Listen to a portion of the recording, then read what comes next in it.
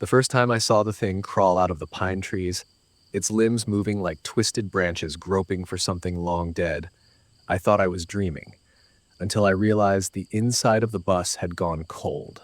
So cold that my breath turned white and the windows, despite being shut, started to rattle like teeth clattering inside a corpse's mouth. The children didn't scream, not at first because they hadn't seen it yet, but I had, and I knew the rules said do not make a sound, not even a breath, if I saw it outside the tree line. I broke that rule by accident, whispering a curse under my breath, and that's when I heard it turn its head, the crackling of bone loud enough to echo down the empty dirt road like a fire snapping in a cave.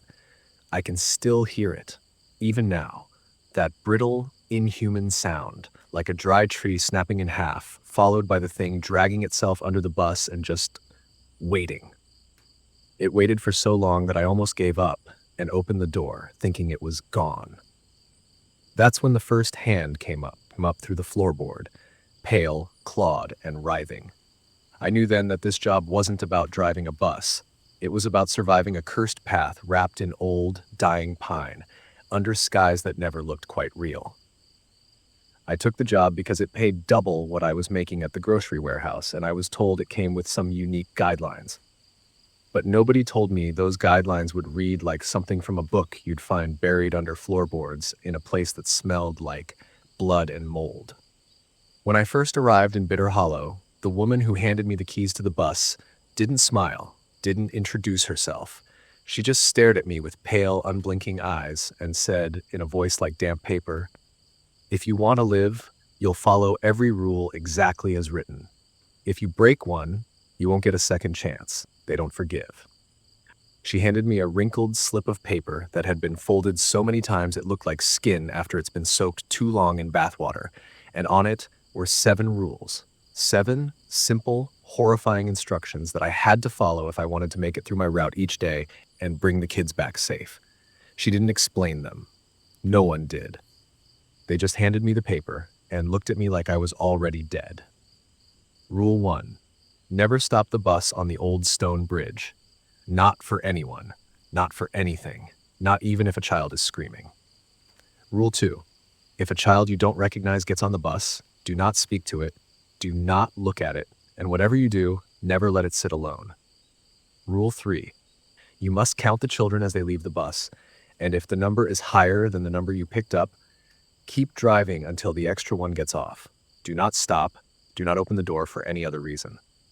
Rule 4. If the fog rolls in thick and green, pull over to the side of the road, shut off the engine, and cover your ears. No matter what you hear, do not uncover them until the fog has completely cleared. Rule 5. When you pass the scarecrow near Hallows Field, wave at it, even if it's facing the other way. If it waves back, do not continue the route. Turn around immediately and return to the garage without speaking to the children. Rule 6. If you see a deer on the route, check its eyes. If they look human, do not brake. Run it over and keep driving. If you stop, it will remember your face. Rule 7. You may hear a voice calling your name from beneath the bus when you park at the end of the day. It may sound like your mother, or your child, or yourself. Do not answer it. It is not anyone you know. I laughed the first time I read them. Not out loud, I wasn't rude, but inside, that bitter kind of laugh you force out when your brain refuses to believe something too insane to be true. But the look on her face, that blank, hollow expression didn't change. She just pointed to the keys and then to the garage and said, "The route starts tomorrow. Be early. They don't like waiting." That night, I didn't sleep. The wind outside the tiny motel room groaned like something wounded, and even though it was summer, I could see frost spidering along the edge of the window. I kept looking at the rules, over and over, convincing myself it was some kind of twisted local tradition, something to haze the new guy, or keep tourists away. Still, something in me, something buried deep and primitive, kept whispering that these rules weren't warnings. They were rituals, and rituals only exist to keep something darker at bay. The next morning, the bus was already waiting outside the garage. Red paint faded, the metal scratched like it had been clawed at with something sharper than human nails.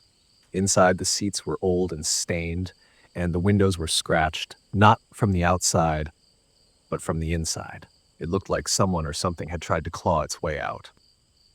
I started the engine. It roared to life, but the radio turned on by itself, playing a voice, not music, not words, just breathing. Slow, heavy, wet breathing. I turned it off. It turned itself back on. The route was deep through forest roads, barely wide enough for the bus, with trees leaning in like they were trying to listen. I made my first stop. The children got on, silent, blank-eyed like dolls someone had forgotten to finish. All except for one little girl in a red coat. She sat in the back, turned around, and stared at me the whole time. Her lips never moved, but her eyes, they didn't blink. By the time I got halfway through the route, the fog started to roll in. It wasn't normal fog. It had a greenish tint like swamp gas or something rotting. I remembered Rule 4. I pulled over. I killed the engine. I covered my ears. I thought I was safe. But I could still feel it. Something moving under the bus. It was a slow, scraping sensation at first, almost like an animal clawing at the undercarriage. But then the vibrations began, soft, rhythmic, tapping in uneven patterns against the metal beneath my feet. And despite my ears being covered tightly by both palms, I could feel the presence of whatever it was pressing upward, as though it were testing the thin barrier of steel between us. The fog outside had thickened into a suffocating wall, completely erasing the trees, the road, even the front of the bus. It was as though we had been swallowed whole by something ancient and blind, something that didn't care we were just passing through. That greenish tint in the fog wasn't just rot, it pulsed faintly, like veins glowing under diseased skin. And even though I couldn't hear with my ears, I began to sense a sound directly inside my skull. A low, wet groaning, not mechanical, not human, but heavy with grief and hunger. The children on the bus hadn't moved at all, not even to blink or fidget, their heads all turned slightly toward the fog-blurred windows, as if something outside was calling to them in a voice only they could understand.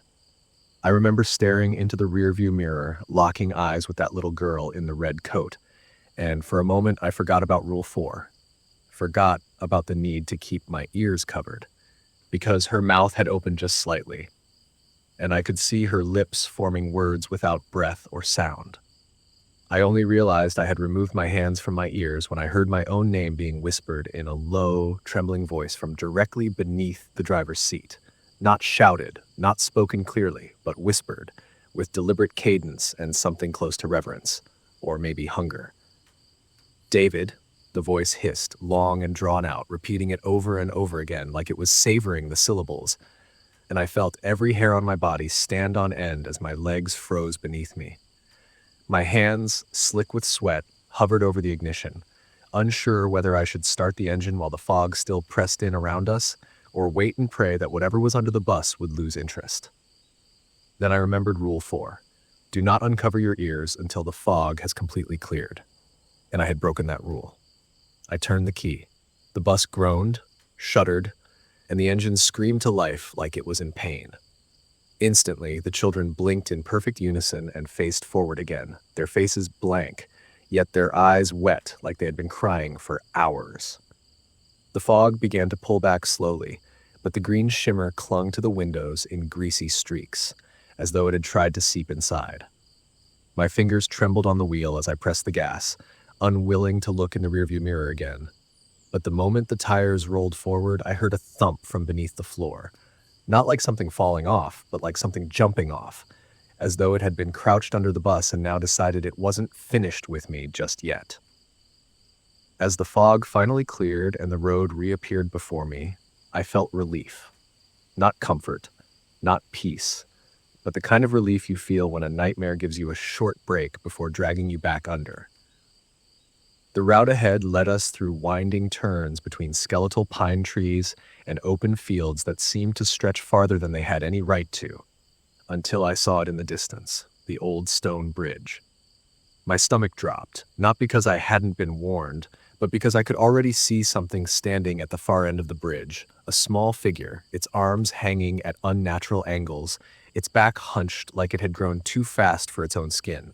It wasn't moving, not walking, not pacing, just standing directly in the center of the bridge, blocking the only way forward.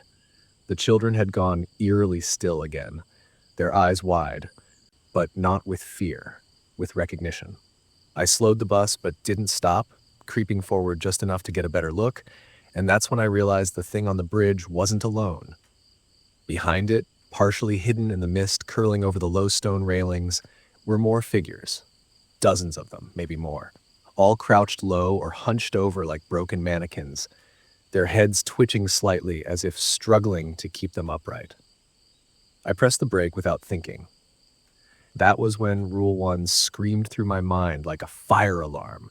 Never stop on the bridge, not for anything, not even if a child is screaming.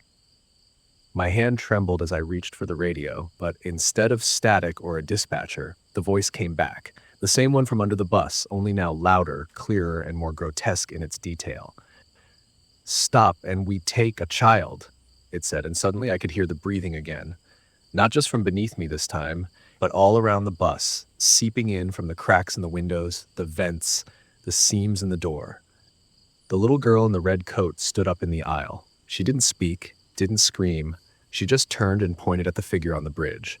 Her finger, pale and trembling, stretched out like she knew what was waiting. Her eyes locked on mine. She didn't look afraid. She looked expectant, like she knew this was always going to happen. I slammed the gas pedal down. The bus lurched forward, and for a moment, the figure on the bridge didn't move, didn't flinch. But just before we hit it, it dropped to all fours and scuttled under the bridge like a spider made of broken bones, and the rest of them vanished into the fog like they'd never been there. The tires rumbled across the stone, the engine howled, and I didn't let up on the gas until we had reached the other side. My heart was a drumbeat inside my throat, and I couldn't stop glancing at the rearview mirror, convinced that something was now clinging to the back of the bus. The children were silent again, except one, a boy in the middle rows who I hadn't seen before. He was staring out the window with a blank face and whispered something I could barely hear over the engine. I leaned back slightly, just enough to catch it. He said, "That wasn't the first time they tried to take one of us." I turned forward again quickly, because Rule 2 came screaming back into my head like ice water down my spine. If a child you don't recognize gets on the bus, do not speak to it, do not look at it, and whatever you do, never let it sit alone. And I had just looked. The second my eyes met his reflection in the side mirror. Pale face, too smooth, skin stretched over hollow features like wax. I knew I had already gone too far, that whatever he wasn't part of the original children I had picked up, and a primal part of my brain screamed to deny him even a single breath more of my attention. But it was too late. He had spoken to me. I had looked directly into his vacant eyes, and even though he was surrounded by other kids, I realized something deeply wrong. Every other child had shifted subtly in their seats, unconsciously leaning away from him, like their bodies instinctively recognized the wrongness of the thing sitting quietly among them. My grip on the steering wheel tightened, and a cold sweat began to soak the back of my shirt as the edges of the boy's form seemed to shimmer slightly, as though he didn't fit quite right in the world he was occupying. The sky outside was beginning to turn a dull iron gray, casting long shadows across the road, and with every mile that passed, the trees thinned out, but the air inside the bus grew heavier, denser, thick with a silence that pressed against the back of my teeth and buzzed behind my eyes.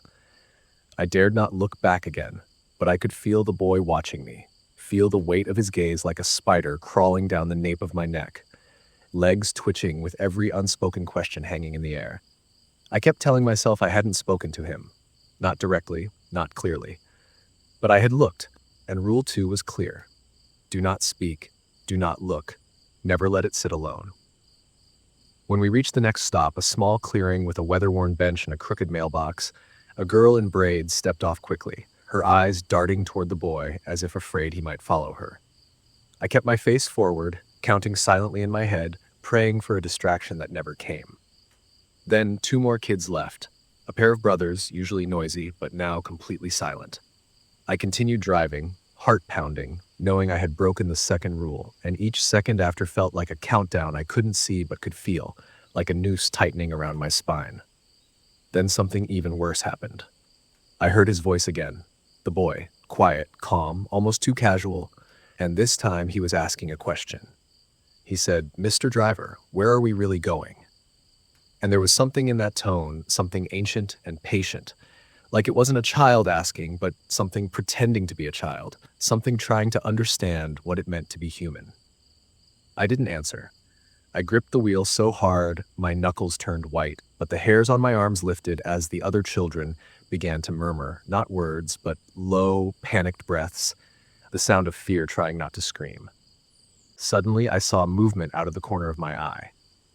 The boy, or the thing pretending to be a boy, had changed seats. He was now sitting alone, several rows back from the others, centered perfectly between the windows, his small hands folded neatly on his lap, his legs dangling just above the floor.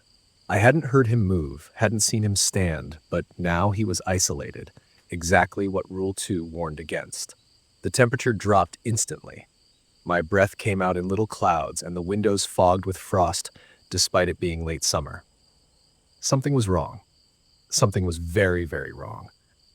And then I saw the trees again, or rather, what was between them. Shapes. Tall, slender, too thin to be human, with arms that hung past their knees and heads that tilted at angles that should have broken necks.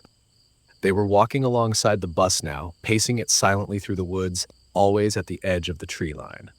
They moved like shadows with mass, flowing yet rigid.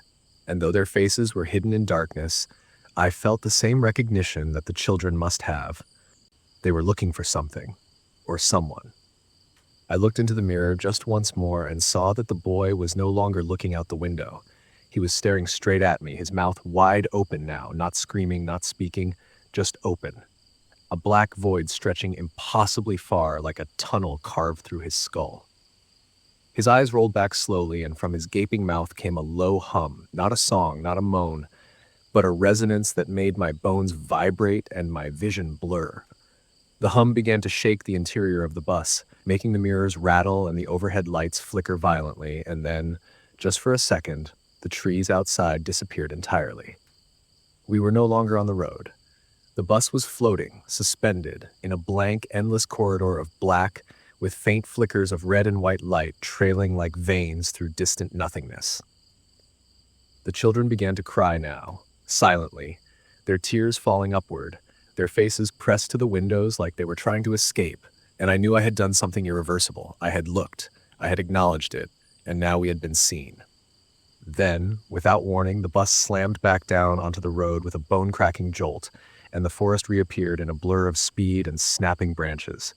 The boy was gone from his seat, not moved, not vanished, just gone.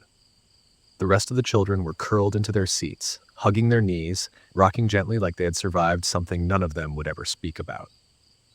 I didn't stop at the next few houses. I drove past them, heart pounding, because I couldn't risk letting anyone else on the bus. I needed to get them all home, or whatever passed for home now. At the last stop, a cluster of cabins near the base of a hillside, the last few children began to step off slowly, one by one. My hands trembled as I counted them, lips barely moving, pulse hammering in my throat. As the final girl stepped down onto the gravel, I finished the count and froze. I had picked up 11 kids that morning. 12 had just gotten off. Rule 3 screamed inside my skull like a chorus of sirens. You must count the children as they leave the bus, and if the number is higher than the number you picked up, keep driving until the extra one gets off. Do not stop. Do not open the door for any other reason. But I had already opened the door. I stood up slowly, scanning the bus, dread sinking in like quicksand around my ankles. The aisle was empty. Every seat appeared vacant. No backpacks, no coats, no lingering presence that my eyes could detect. But as I stepped into the aisle, something shifted. The light at the back of the bus flickered once, twice, and then stayed off. A soft thump echoed from the rear, not like a child moving, not like footsteps, but something heavier, like flesh sliding off bone. And then I heard it, the same whispering hum from earlier, only now closer, directly behind me. And when I turned to face the front again, I saw movement just beneath the windshield, a small hand, pale and wrong, pressing against the inside of the glass from the outside. The bus was still parked, and someone, or something, hadn't left yet.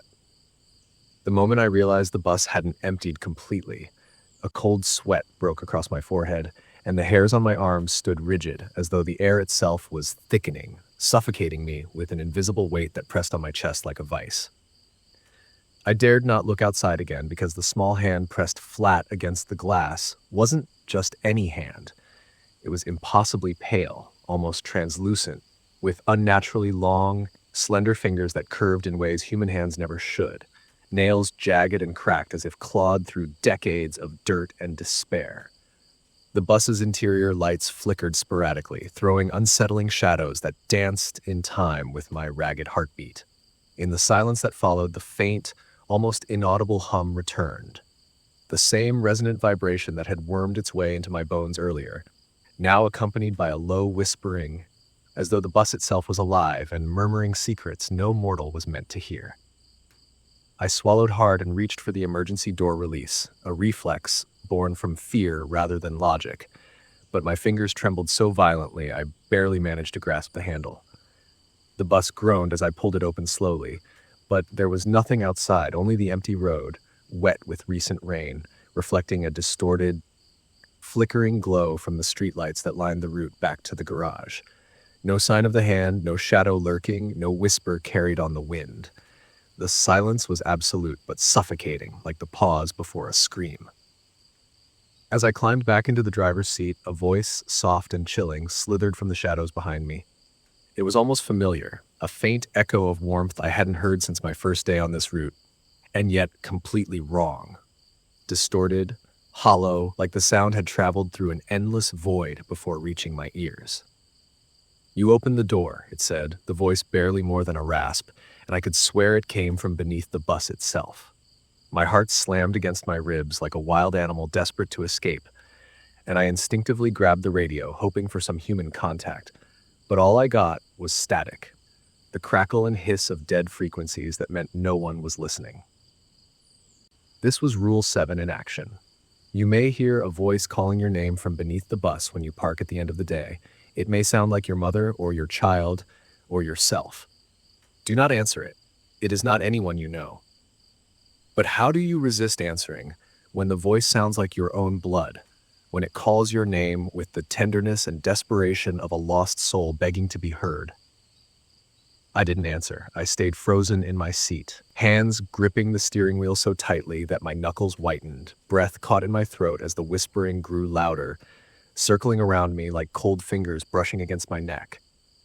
I closed my eyes, reciting the rules in my head, trying to find an anchor in the madness, but it felt like the rules themselves were cracking under the pressure of the night. Suddenly, a sharp banging came from beneath the bus. Not a knock, but a pounding, frantic and erratic, like something trapped and desperate to get out. I didn't know whether to scream or run, but neither was an option. Instead, I did the only thing I could think of. I slammed the bus into gear and started driving. Not down the route, no, straight back toward the garage, heart hammering with every rotation of the tires on the slick asphalt, hands sweating against the cold steering wheel as the pounding beneath the bus followed rhythmically, like a sinister heartbeat trying to sync with mine. As I neared the old stone bridge, the one I'd been warned never to stop on, Rule 1, I felt a sudden icy dread coil in my stomach. The bridge loomed ahead like a monstrous gatekeeper, its ancient stones slick and gleaming in the moonlight, the rushing river below whispering secrets of forgotten tragedies. I was terrified, not just of stopping, but of what would happen if I didn't. The moment I crossed the halfway point, I saw the faintest flicker of movement beneath the bridge. Not a child, but something else. Something dark and twisted, limbs jerking unnaturally, eyes glowing with malevolent intelligence. I remembered the first rule in exact detail. Never stop the bus on the old stone bridge. Not for anyone, not for anything, not even if a child is screaming. That command wasn't just a precaution. It was a lifeline.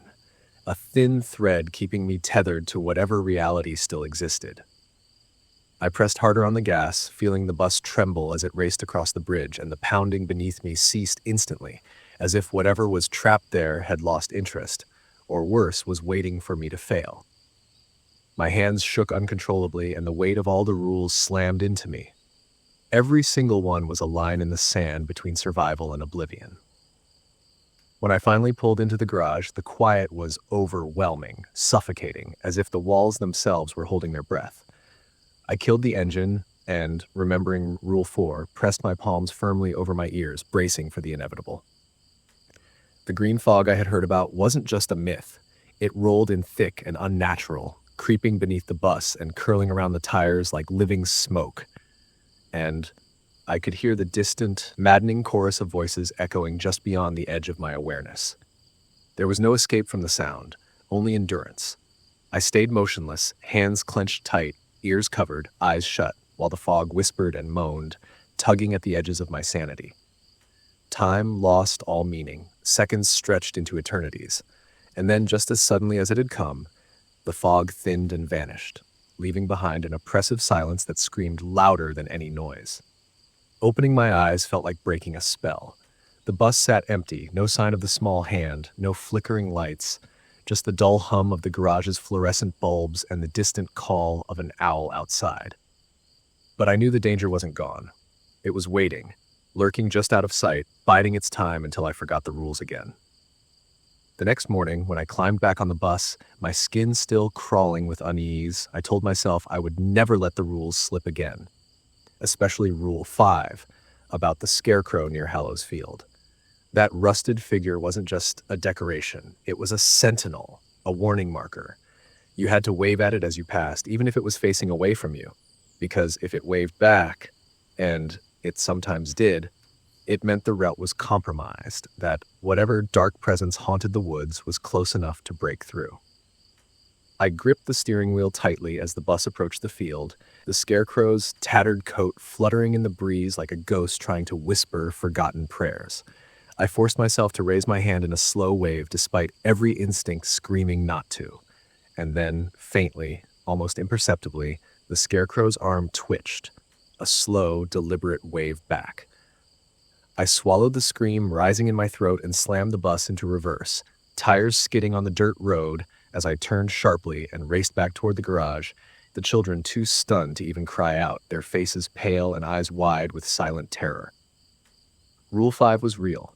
It was a signal that something had broken through whatever fragile barrier kept the horrors at bay, and once the scarecrow waved, the only option was retreat. No questions, no hesitation, just escape. That day, I learned that breaking the rules wasn't just foolish. It was a death sentence wrapped in shadows and silence. And no matter how many times I told myself to remember, to obey, I knew the forest was always watching, waiting for the moment I slipped up again. Because out here in rural Wyoming, the rules weren't just rules. They were the only thing standing between me and whatever nightmare lurked just beyond the edge of the road. I remember the first time I saw it. Not just a deer, but the deer, standing dead center in the road with its head tilted ever so slightly, the way a dog might do when it hears something strange, something it can't quite comprehend. The morning sun hadn't fully risen yet, casting long, lazy shadows through the thinning trees, and a heavy mist clung to the grass like dew soaked in morning. The kids were unusually quiet that day, maybe sensing something I hadn't yet recognized, maybe hearing things I couldn't, and as we turned that sharp bend near the old limestone outcrop, that's when I saw it. Motionless, serene, like a statue carved from bone and stillness. It didn't bolt the way normal deer do. It didn't twitch or shuffle or make any effort to move at all. It just stood there, eyes locked on the bus, with a gaze that I can only describe as knowing. And that's when I remembered Rule 6. If you see a deer on the route, check its eyes. If they look human, do not brake. Run it over and keep driving. If you stop, it will remember your face. My blood turned to lead in my veins. The bus slowed instinctively beneath the weight of my growing hesitation. I squinted hard, my breath hitching in my throat, and the world seemed to narrow to just that creature, that thing blocking the road. At first, the shadows of the early morning played tricks on me. Or I thought they did, because it looked almost normal. But then the deer blinked, and the blink wasn't right. It was slow, deliberate, one lid at a time, and its eyes didn't glisten like black marbles the way they're supposed to. No, these were wet, too wet and too rounded, too white around the iris. And worst of all, they had pupils that tracked me like a person. I froze, paralyzed by the impossible, because those weren't animal eyes at all. They were unmistakably human. Worse than that, they looked familiar. The bus shuddered beneath me, as if it too was unsure of what to do, and I had to wrestle my instincts into submission. Everything screamed at me to brake, to slow down and swerve, but I gripped the wheel like it was the only thing anchoring me to the real world and forced my foot down harder on the gas. The deer didn't move. I expected it to leap or turn or even just vanish like a trick of the fog, but it didn't. Instead, it tilted its head further, its mouth pulling back into a grotesque mimicry of a human smile, lips parting slowly to reveal a line of flat, perfect human teeth. And then, in one breathless moment, it mouthed something. It didn't speak. It mouthed it. And what it mouthed was my name. That was it. The last straw between fear and madness. I clenched my jaw so tight I thought my teeth would snap, and I drove straight through it. The impact was not what I expected. There was no jolt, no crunch, no burst of bones or blood. The bus passed through it like it was made of mist and shadow, but the cold, the sheer, piercing cold that shot through the bus in that instant was like driving straight into a glacier, and every window frosted over with a fine, white sheet of frost from the inside. The children all gasped in unison, and one of the little girls, Clara, I think her name was, burst into tears. I kept driving. I didn't speak. I didn't look back. I didn't breathe until we reached the next stop. But as I slowed to let the kids off, I noticed something: the count. It was wrong. I had picked up 12 kids. I always picked up 12. But there were 13 small bodies exiting the bus, 13 backpacks, 13 sets of little shoes stepping down onto the gravel. My stomach twisted. Rule 3. You must count the children as they leave the bus, and if the number is higher than the number you picked up, keep driving until the extra one gets off. Do not stop. Do not open the door for any other reason. But it was too late. I had already stopped. The doors were already open. The extra one had already stepped off. Only it didn't step down like the others. It didn't jump or run or wave goodbye. It turned. Slowly. Too slowly. And it stared at me with the same human eyes I had just seen in the deer. That's when I realized I hadn't avoided Rule 6 at all. I had simply invited it in. I slammed the door shut before anything else could follow and gunned the engine so hard that the kids who were still on board yelped. I didn't say a word. I couldn't. My mouth felt sewn shut by fear. I just drove straight past the remaining stops, past the empty roads, past everything familiar until the landscape blurred into unfamiliar hills and crooked trees that I didn't recognize, and still I didn't stop. The children didn't ask questions, not a single one. They just sat in their seats like tiny statues, eyes wide, hands clutching their bags, and I think maybe they understood more than I did. Maybe they had seen what had boarded the bus. Maybe they had seen it long before I ever had. By the time I turned the bus around, hours had passed. The sun had fully risen and the frost had faded from the windows, though the chill lingered in my bones like the memory of a scream. When we reached the school, I did something I hadn't done before. I counted them again as they left. 1, 2, 3, all the way to 12. Just 12. The 13th had vanished. I should have felt relief, but all I felt was dread, a sticky, growing dread that seeped into every corner of my thoughts, because Rule 6 had a second part. One no one ever spoke aloud, not even the old drivers who whispered the rules to me over their coffee like sacred rites passed down by survivors. If you stop, it will remember your face. And I had stopped. I had looked. I had seen it, and worse, it had seen me. That night, I didn't sleep. I sat on my couch with every light on, the curtains drawn, and a fire poker in my hand like some absurd weapon against something I knew damn well wasn't flesh and blood. The wind outside howled like it had a voice that wanted to speak, and I swear, just before sunrise I saw a silhouette across the road, still, tall, with antlers reaching into the sky like broken branches. Its eyes reflected the streetlight, and they were mine. The moment I saw those eyes, my own eyes, staring back at me from that monstrous silhouette across the road, I knew that I had crossed a threshold from which there was no return. The rules I had once regarded as mere superstitions or cautionary tales had now become the only barrier between me and a reality too horrifying to comprehend. The creature stood motionless, its antlers scraping the sky as if mocking my disbelief, and in that instant, I realized that I had become a part of the very nightmare I had tried so desperately to avoid.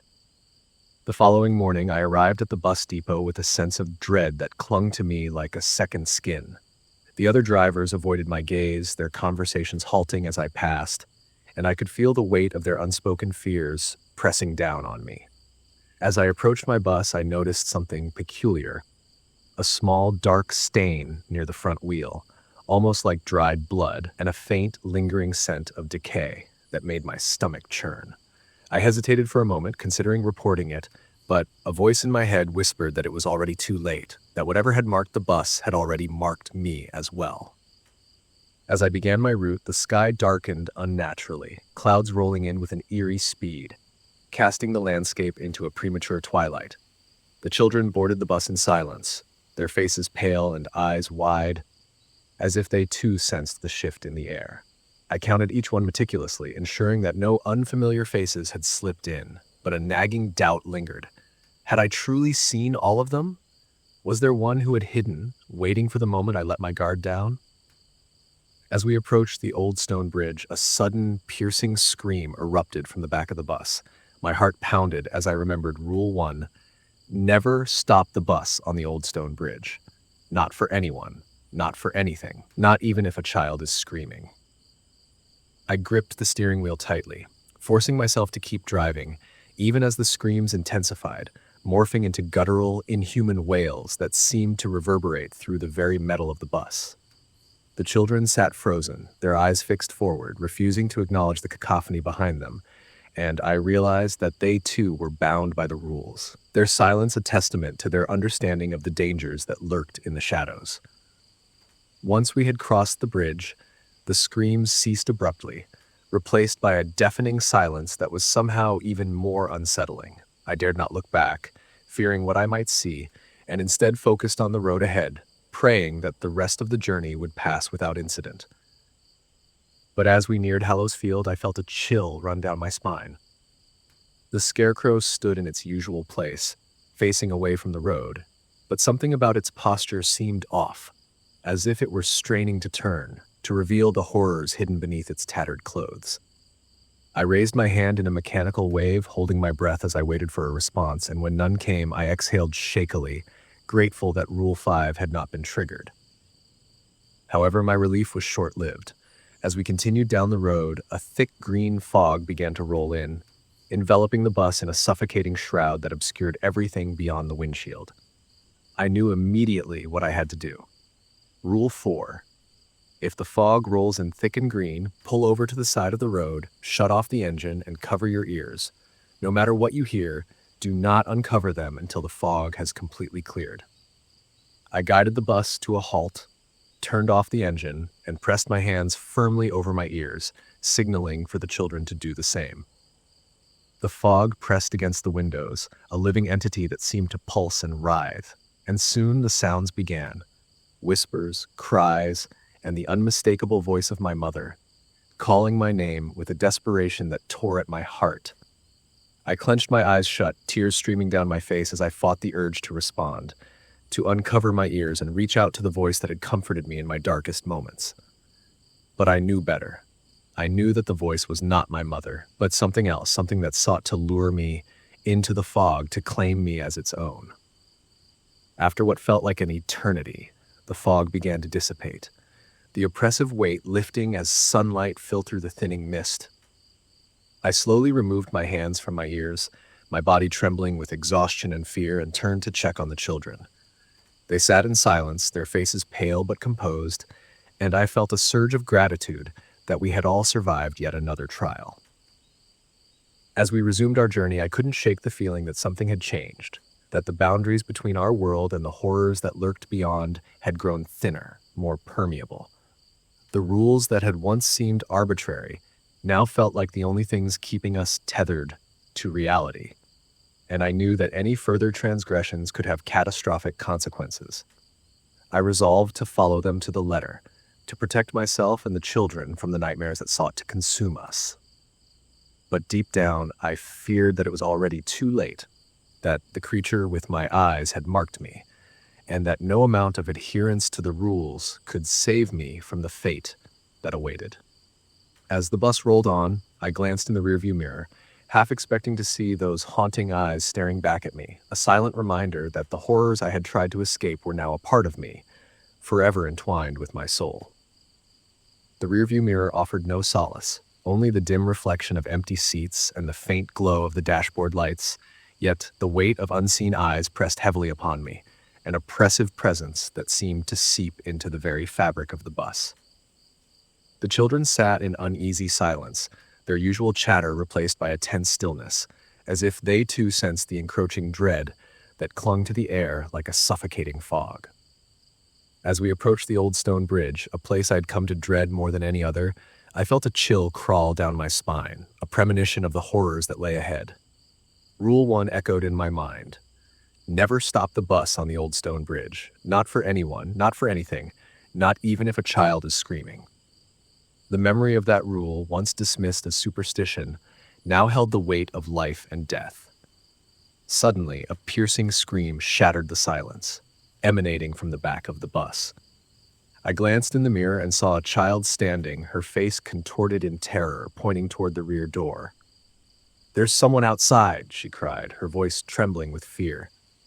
Panic surged through me, but I forced myself to remain calm. I couldn't stop. Not here, not now. I pressed the accelerator, urging the bus forward, even as the screams grew louder and more desperate. The children clung to their seats, their eyes wide with terror as the bus lurched across the bridge. As we reached the other side, the screams abruptly ceased, replaced by an eerie silence that was somehow more unsettling. I dared a glance in the mirror and saw the children sitting rigidly, their faces pale and expressionless. The girl who had screamed was gone. I counted the children, my heart pounding in my chest. One was missing. I recounted, hoping I had made a mistake, but the result was the same. One child had vanished without a trace. I couldn't stop, not now. Rule 3 was clear. You must count the children as they leave the bus, and if the number is higher than the number you picked up, keep driving until the extra one gets off. Do not stop, do not open the door for any other reason. But what if the number was lower? What if one had been taken? As I grappled with this horrifying possibility, a low, whispering voice drifted up from beneath the bus. "Driver," it hissed, "you left someone behind." The voice was soft, almost soothing, but it sent a jolt of terror through me. I gripped the steering wheel tightly, my knuckles white, and tried to ignore the voice. But it persisted, growing louder and more insistent. "Driver, you left someone behind." I glanced at the children, hoping for some sign that they heard it too, but they remained motionless, their eyes staring blankly ahead. The voice continued, now accompanied by a rhythmic thumping, as if something was crawling beneath the bus trying to get in. I couldn't take it anymore. I pulled over to the side of the road, shut off the engine, and covered my ears, recalling Rule 4. If the fog rolls in thick and green, pull over to the side of the road, shut off the engine, and cover your ears. No matter what you hear, do not uncover them until the fog has completely cleared. There was no fog, but the voice was like a poison, seeping into my mind, eroding my sanity. I pressed my hands tightly against my ears, trying to block it out, but the whispers found their way in, slithering through the cracks of my consciousness. "Driver," the voice cooed, "you can't escape us. We're part of you now." I squeezed my eyes shut, willing it to stop, but the voice only laughed, a chilling sound that echoed in my skull. "You broke the rules, and now you belong to us." Suddenly, the bus lurched forward as if something massive had struck it from behind. I opened my eyes and saw the children still sitting silently, unaffected by the chaos. The bus shook again, more violently this time, and I felt a cold, slimy hand wrap around my ankle. I screamed and kicked, trying to free myself, but the grip tightened, pulling me downward. I clung to the steering wheel, my fingers slipping as the force dragged me toward the floor. In a final act of desperation, I reached for the ignition and turned the key. The engine roared to life, and the bus surged forward, throwing me back into my seat. The grip on my ankle released, and the whispering ceased. I drove without stopping, without looking back, until I reached the school. The children filed out silently, their faces blank, their eyes devoid of emotion. I counted them as they left, and the number matched the one I had picked up that morning. But I knew the truth.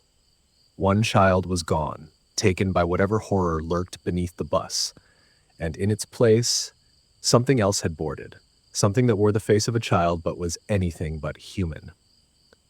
As I parked the bus and shut off the engine, I heard a voice calling my name from beneath the vehicle. It sounded like my mother, her voice soft and comforting. "Come home, sweetheart," she said. "It's time to come home." I clenched my fists and resisted the urge to respond, remembering Rule 7. You may hear a voice calling your name from beneath the bus when you park at the end of the day. It may sound like your mother or your child or yourself. Do not answer it. It is not anyone you know. I stepped off the bus and walked away, the voice fading behind me. But I knew it would return, and that the horrors I had encountered were far from over. The rules were all that stood between me and the darkness, and I had broken them. Now, the darkness was coming for me, and I could feel its presence intensifying with each passing day, as if it were a living entity that had latched onto my very soul, feeding off my fear and the mistakes I had made. The rules, once my shield against the unknown, now felt like fragile barriers barely holding back the tide of horrors that sought to consume me. I had broken them, and in doing so, I had invited the nightmares into my life, allowing them to seep into every corner of my existence. Each morning, as I boarded the bus, I could sense the weight of unseen eyes watching me, their gaze heavy and oppressive, pressing down on me like a suffocating blanket. The children's laughter, once a comforting sound, now echoed with an eerie undertone, as if something else were mimicking their joy, twisting it into a sinister mockery. I kept my eyes forward, my hands gripping the steering wheel with white-knuckled intensity, praying that I could make it through another day without incident. But the darkness was patient, and it knew that fear would eventually erode my resolve. It began with subtle changes, shadows that lingered too long, whispers that seemed to come from nowhere, and fleeting glimpses of figures in the periphery of my vision. I tried to ignore them, to convince myself that they were mere figments of my imagination. But, deep down, I knew better. The rules had been broken, and the consequences were unfolding before me. One evening, as I completed my route and parked the bus, I heard the voice again. This time it was different, more insistent, more desperate. It called my name over and over, each repetition more urgent than the last. I clenched my fists, resisting the urge to respond, remembering Rule 7. But the voice was relentless, and it began to change, adopting the tones and inflections of people I knew. My mother, my sister, my own voice. It was as if the darkness were reaching into my memories, plucking out the most intimate parts of my identity, and using them against me. I fled the bus, my heart pounding in my chest, and locked myself in my house. But the voice followed me, whispering through the walls, seeping into my dreams, and turning them into nightmares. I could no longer distinguish between reality and illusion, as the darkness blurred the lines between the two. Sleep became a battleground, a place where the horrors I had encountered took on new forms, each more terrifying than the last. Desperate for answers, I sought out the old mechanic who had first given me the list of rules. I found him in his workshop, surrounded by the remnants of engines and machinery, his face etched with lines of worry and fatigue. When I explained what was happening, he nodded solemnly as if he had been expecting this moment. "You broke the rules," he said, his voice heavy with resignation. "Once you do that, there's no going back. The darkness knows you now, and it won't stop until it has you." "Is there anything I can do?" I asked, my voice trembling with fear. He looked at me, his eyes filled with sorrow. "There might be a way, but it's dangerous. You'll have to confront the darkness, face it head-on, and hope that you can survive." He handed me a small, worn book, its pages filled with symbols and incantations. "This might help," he said, "but be warned, once you start down this path, there's no turning back." That night, armed with the book and a determination born of desperation, I returned to the bus. I followed the instructions, performing the rituals and reciting the incantations, hoping to banish the darkness that had taken hold of my life. As I completed the final step, a deafening silence enveloped me, and the air grew thick with tension. Then the darkness responded. It surged forward, a swirling mass of shadows and malevolence, its form constantly shifting and changing. It spoke to me, not with words, but with emotions, fear, anger, sorrow, all crashing over me in a relentless wave. I stood my ground, reciting the incantations with renewed vigor, pouring every ounce of my will into the words. The darkness screamed, a sound that shook the very foundations of the bus, and then slowly it began to recede. The shadows dissipated, the oppressive weight lifted, and the air cleared. I collapsed to the floor, exhausted but victorious. In the days that followed, the voices ceased, the shadows vanished, and the children returned to their normal selves. The rules once again held firm, and the horrors that had plagued me retreated into the depths from which they had come.